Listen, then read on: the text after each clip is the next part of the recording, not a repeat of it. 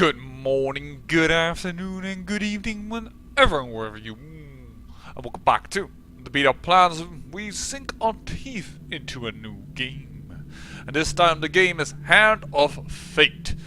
What is Hand of Fate? Well, it is a game that tries to combine several genres together, and borrows its main elements from a collectible card game, an RPG. That is, whether it's action RPG or just your CRPG elements. Why is that? And how does it do that? Well, for that I think we just simply have to play the game, so shall we start? I do think so. One more for the game. Come, sit. You have passed the 13 gates. And you come to my table to play the game of life and death. Your stake is wagered. I refuse none who come here. Yet, I say, turn back.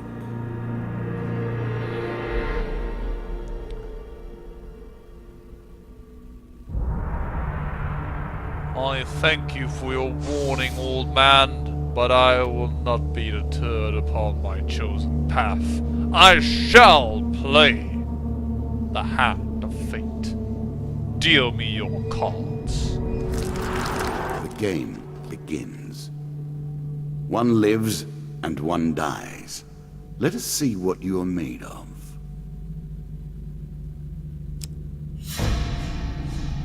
Here is the first member of my court, the Jack of Dust. 12 in all must fall before you may challenge me. The Jack of Dust. The bandit leader is stronger and faster than most bandits encountered. He can become enraged, making powerful, unblockable attacks. He also inspires his followers to steal gold on each hit. In the ruins of an ancient temple, among the eternal shifting sand dunes, lives the mysterious leader of the Desert Bandits. Infamous for his reign of terror over spice caravans that dare take their chances traveling through his domain. He rules as a king over barren lands.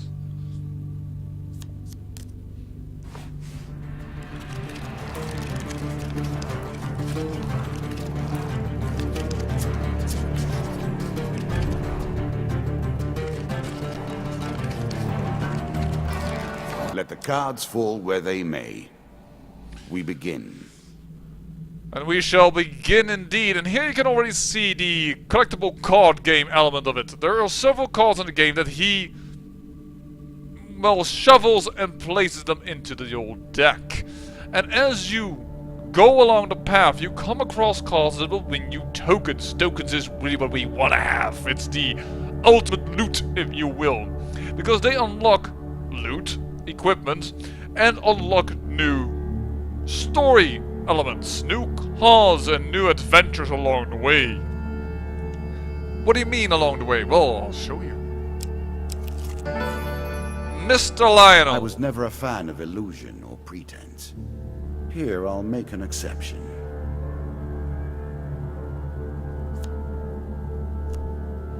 Whilst enjoying your evening meal at the local tavern, a strange old man takes a seat next to yours.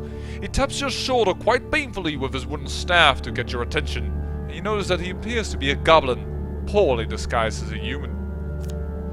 His wizened face grins at you with a hint of madness.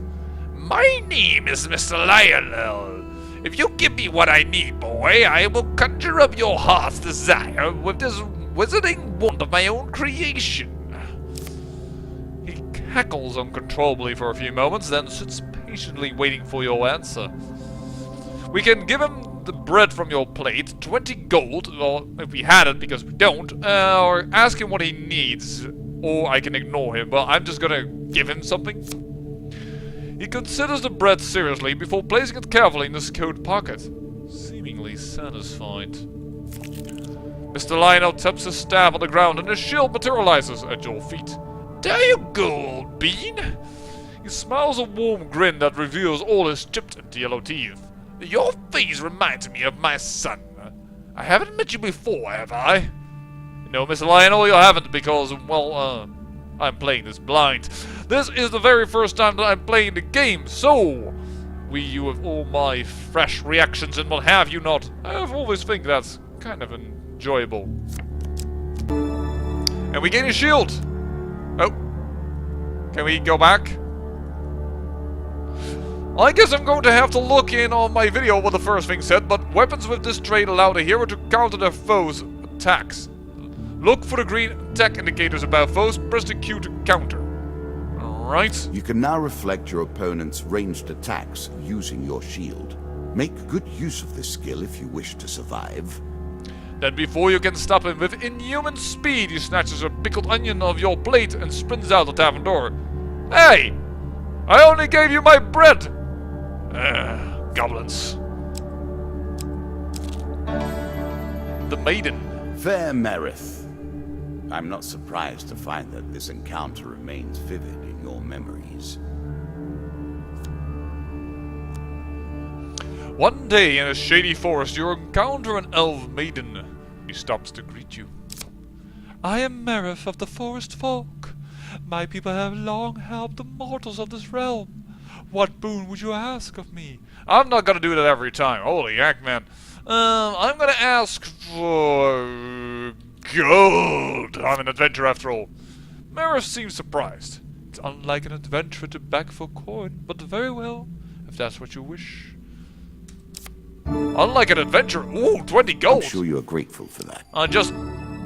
Yeah, because I more than doubled my gold. I quintupled my gold. Remember, mortal, that bold heroes make for great ballads, but survivors think twice before meddling in the affairs of gods and monsters. Thank you, fair maiden, for all the gold. Twisting Canyon. That first moment, that glinting weapon, the call to action, to adventure. Truly, there is nothing like it. You see a weapon glinting in the sunlight lying next to a skeleton at the bottom of the canyon. The walls of the canyon are covered in thick vines, perfect for climbing. Well, let's try it then. 3 successes, 1 failure. Choose from these options. I think this is the failure card, so I'm gonna go with here. And I was right. Awesome. Very carefully you make your way to the bottom of the canyon. You retrieve the weapon from the ancient corpse, draw 1 game card. And it is an axe. Alright. We currently have a rusty axe.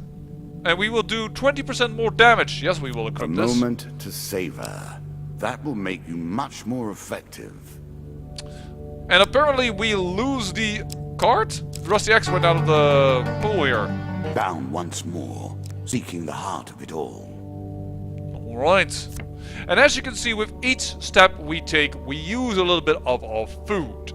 Food can actually heal us. So, when we need be, we could actually move between 2 known cards and constantly get healed. Quite a nice little mechanic. You're on the final floor of our simple map. Your opponent waits here for you. Find him. If you defeat me, well, it is early to be talking about victories and losses. Let us see what you're made of.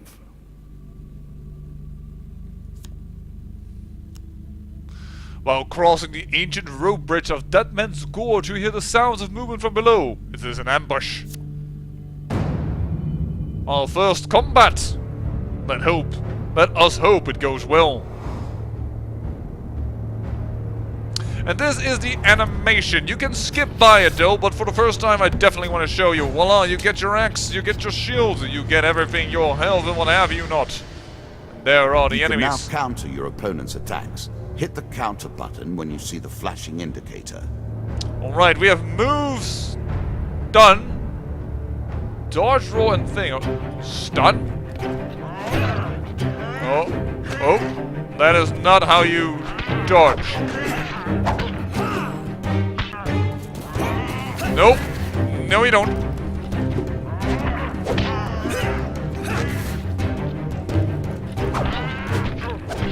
There we go. I think this bandit is dead.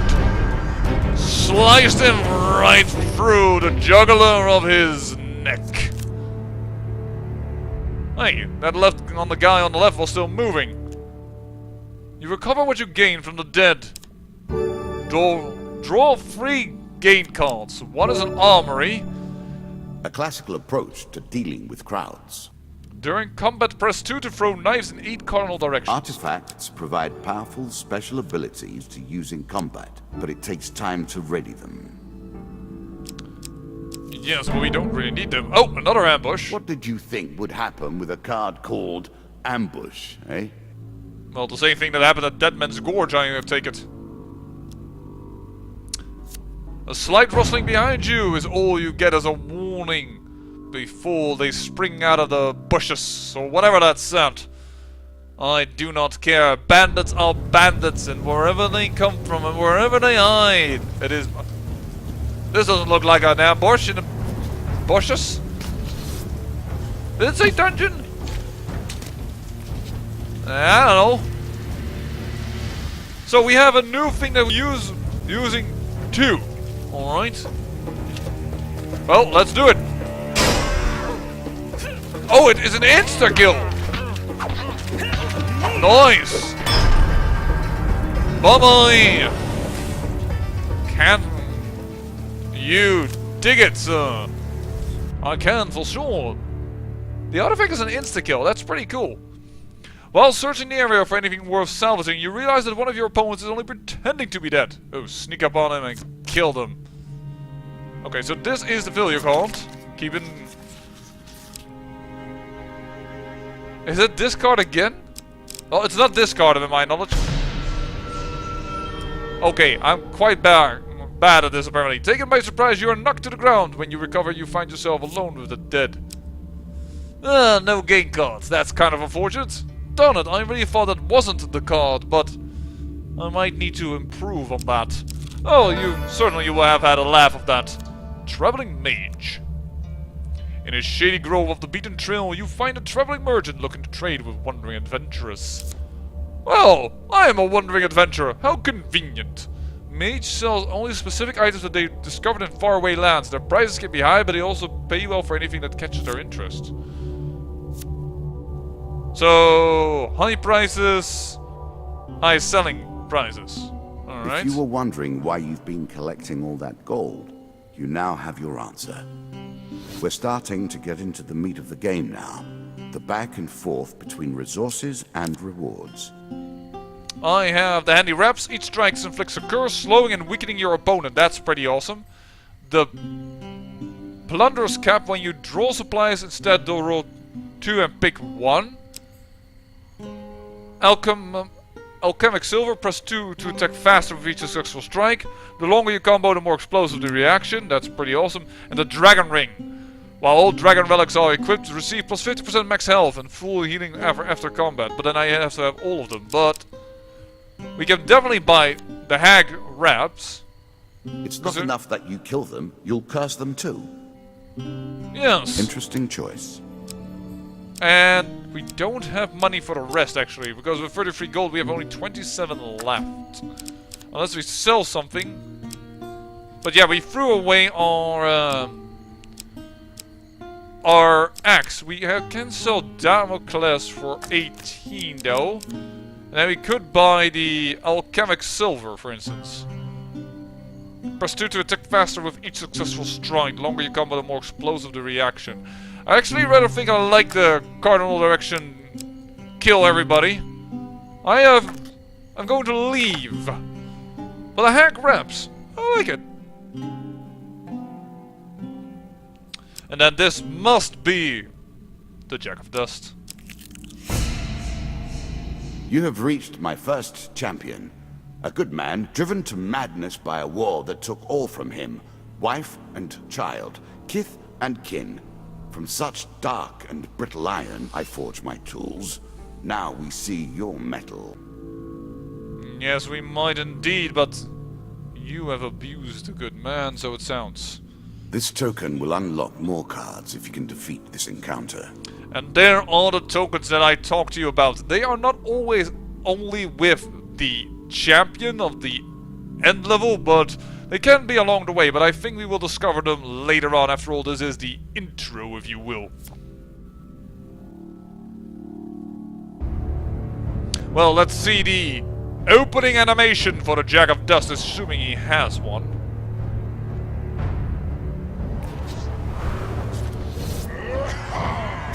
And he does. And he has also a big-ass sword. Alright. Well. Some enemy attacks cannot be blocked or countered. Get out There of we the go. way, or stop them with your own counterattack. Oh, not an insta-kill. Oh. Unblockable attack. 2 can be done again. We are dodgy. Come on, folks. Dodge out of the way.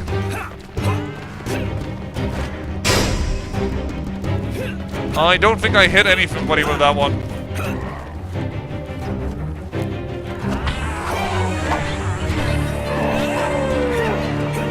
Whoa!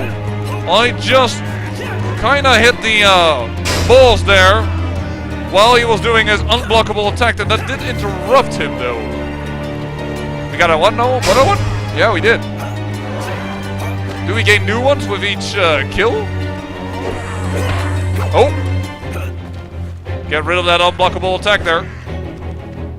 No, it's not only with each kill, because we just threw out another one. Let's first get rid of the henchman. There we go. Hey! Wanna go toe-to-toe with me? Whoa! No way in hell, buddy. Oh! I don't know if that actually hit, but... Oh!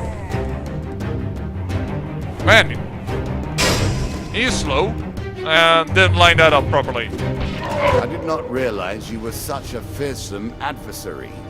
I will bear that in mind. There we go. This is what I was looking for. You show some aptitude for the game. Awesome. Perhaps this will not be as boring as I thought. Why? One champion has been sent to the cabinet. Thank you. Yet we are only at the start of our road. You will face 11 more opponents who will test your strength, your memories, and your resolve. Few fall at the first hurdle. None reach the last. We have wagered, and you have won. You may claim your rewards, yet I will also claim mine. As you improve, so do I. Balance must be retained. That seems a little bit unfair. I win, but you also gain rewards. Well, alright. Let's open the token. As a reward for your defeating the bandit Jack. Wasn't it the Jack of Dust, but never mind. You receive these new cards. Our newest opponent, the Jack of Skulls. And, well, such lovely things as the Devil's Choice, local peasants, Dead Knights, Whole River, and the Captain of the Gods. Next token. Medium armor. Alright, change of rage, all armor, merchant's contract, which seems again to be a blessing of sorts. Medium armor, portent's breath, and desperate measures. And then we're going to open another one. And then we have the bandit attack for defeating the Jack of Dust. Shall we deal again? Well, not entirely, but I know there is an in-between step, and I'm going to show you that as well. So let's start with that. Good. Now you understand the basics. We can begin in earnest. Your Yes, hero indeed. is returned to his beginning items. Our decks are reset. Welcome to the cabinet, home of the members of my court. Alright, the court of the dungeon master, I would say, or perhaps I should more attribute him a more mystic title. But as you can see here, there's an endless mode, but it is a lock. And that has to do everything with the fact that there is actually a DLC for this game, but I do not own it. This DLC is the first DLC ever made for this game, while they're actually already working on Hand of Fate 2. But it is called Wild Cards, and, well, it allows you different starting options as well as endless mode. But seeing we never played the game before, I thought, let's go with this. Because even in the base game, there are a few options, and we're about to dive into those. And before you ask, but I thought this was a blind playthrough. Yes and no. It's blind for me. It's the very first time I play this game, but I have already seen parts of it. Not everything, mind you, so don't worry. There are definitely quite a few things out there that I do not know on how they work. But first, a Jack of Skulls. What is his lore? Serving as captains to squads of lesser skeletons, unholy abominations strike fear into the hearts of all warm-blooded folk. For until this fiend is defeated, their legions are, effectively, endless. Alright? Time for you to face my undead army.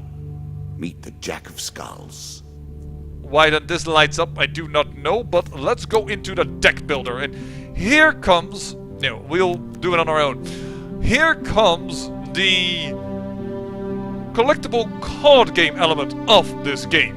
And here is the current fate. This can be chosen now. Here stands welcome to the wildcard update for the Hand of Faith. This update adds different fates that you can select in order to change the way the game plays. Each fate provides different modifiers to play.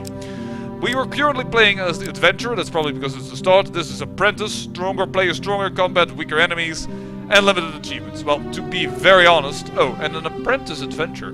Experience a war, you seek out a place to learn how to handle a blade. Now, we just did perfect combat, so I don't think we need this. I think we need this one, the Warlord. Hard mode. This provides a more challenging game experience requiring skill, luck, and determination to survive. Player moves and attacks faster in combat. Good for us. Enemies move and attack faster, they also inflict more damage. Bad for us. Stronger counterattacks. Your counterattacks do more damage. Ooh, I haven't used those yet. And bandits now have throwing knives. Ouch. There's more supplies. Good fortune is gain 3 gold. That's really not a good one. And poor tidings lose 30% gold. Ouch. And we gain Warlord 1. The rumors of a temple to a long forgotten gold will lure you to the desolate wasteland. So, an extra encounter, that sounds good. Now, what we don't have are these cards.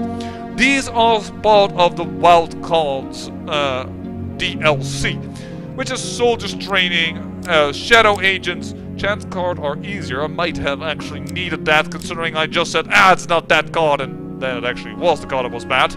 But combo multipliers are reduced. Well, we did quite well in combat, so Shadow Agent wouldn't have been a bad one. And this one would have been really bad because chance cards events are more difficult. But there are also quite different things, like for instance, Iron Hunger. Discarded equipment grants iron ore, a special food that is all that this fate can consume. No normal food, you can only eat iron, you have to destroy things. Or for instance, Curse of the Lion Prince. Start with low maximum health, but increase with each defeated enemy, up to a maximum of 200. So yeah, quite a few different... Oh, cancel. Ways to play the game. Now, this is the first time we are playing it, so I feel like, let's just go with Warlord. Hard mode, makes it interesting. Extra encounters, tougher battles, seems like a good choice. So we are gonna go with this. And I hope you like that you choice. Want to play on hard mode? Done. Done. Alright. No. We're gonna choose our own equipment. Well, I actually know from these games that the sword does less damage than an axe, so I'm gonna throw that out. Gonna put in a Fortune's Breath. Gonna throw this out. 2 of them, and gonna put in the 2 armors, gonna put in this artifact, and put in Desperate Measures. I just realized, if Mr. Lionel comes along and gives you a shield, and you only have 1 shield on the deck, do you then automatically gain Fortune's Breath?